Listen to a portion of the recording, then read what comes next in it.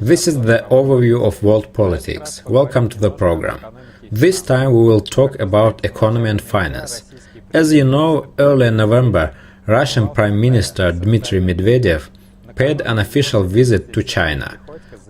On the eve, his deputy said Russia and China are looking to extend the currency swap agreement. The deal amounted to $25 billion, should stimulate trade in national currencies and reduce the dependency of both countries on the US dollar. Trade in national currencies protects countries against external influences and helps to reduce the budget deficit. In addition to the general profits, each of the countries has its particular incentives. At the moment, Russia has the lowest level of relations with the West after the collapse of the Soviet Union.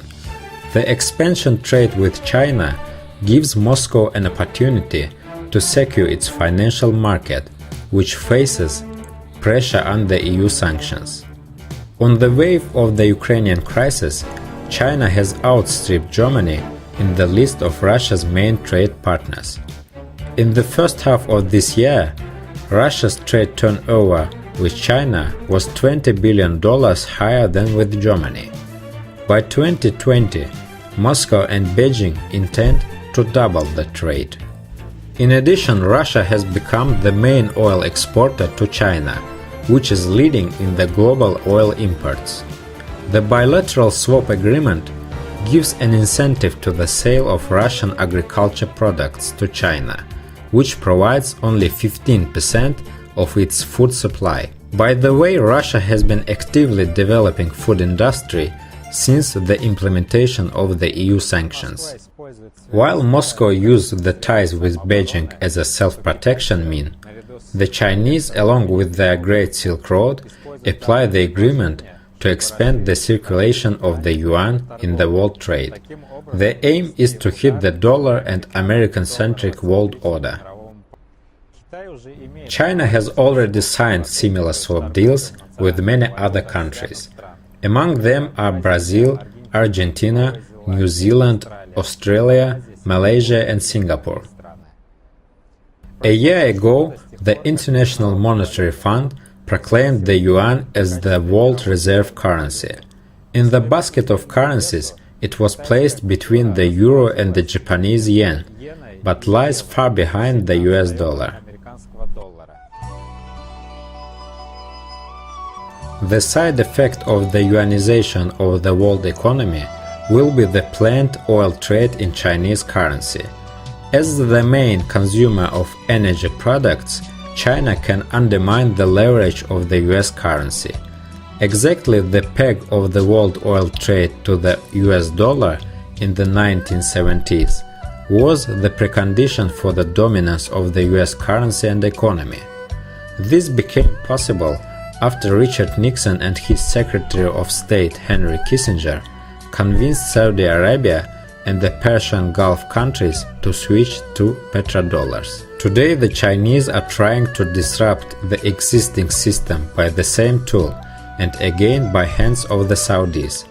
The US economist Carl Weinberg, in an interview with the CNBC, noted that China has been deliberately limited purchases from Saudi Arabia. The statistics of Wood Mackenzie proves that Beijing is able to manipulate its suppliers. Oil imports to China are equally shared between Russia, Angola, Saudi Arabia, Iraq, Oman and Iran. Though the positions of dollar in oil transactions still seem unshakable, the US Congress appears to be worried and to have decided to tackle the potential threat. The September events and oppression of Muslims in Myanmar are condemnable.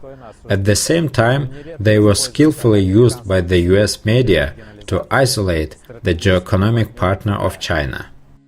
Due to the risks of Strait of Malacca, the transit through Myanmar is strategically important for the supply of oil from the Middle East to China.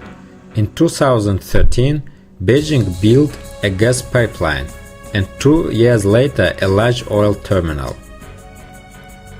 The oil pipeline is also coming soon. In this regard, the planned US sanctions against Burma are nothing more than an attempt to delay the Petro-Yuan project, where Myanmar is assigned the role of a transit country.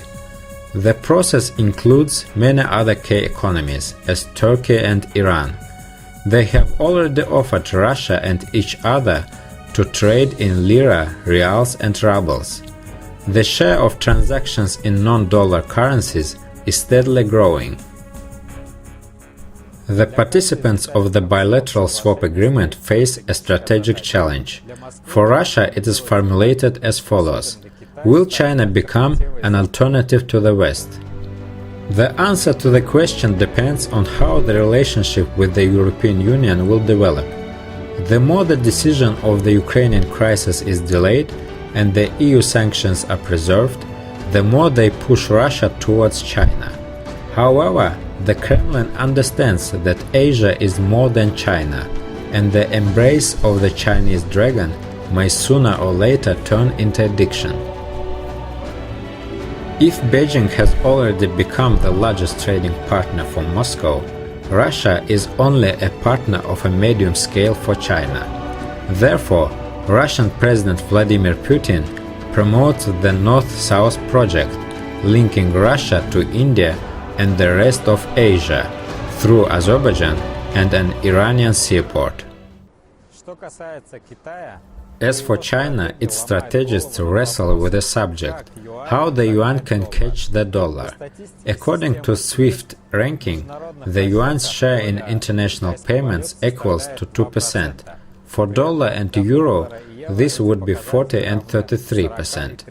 The trend towards expanding the yuan's circulation is obvious, but Beijing has a lot to do to challenge the US dollar. Пекину предстоит большая работа, чтобы догнать американский доллар.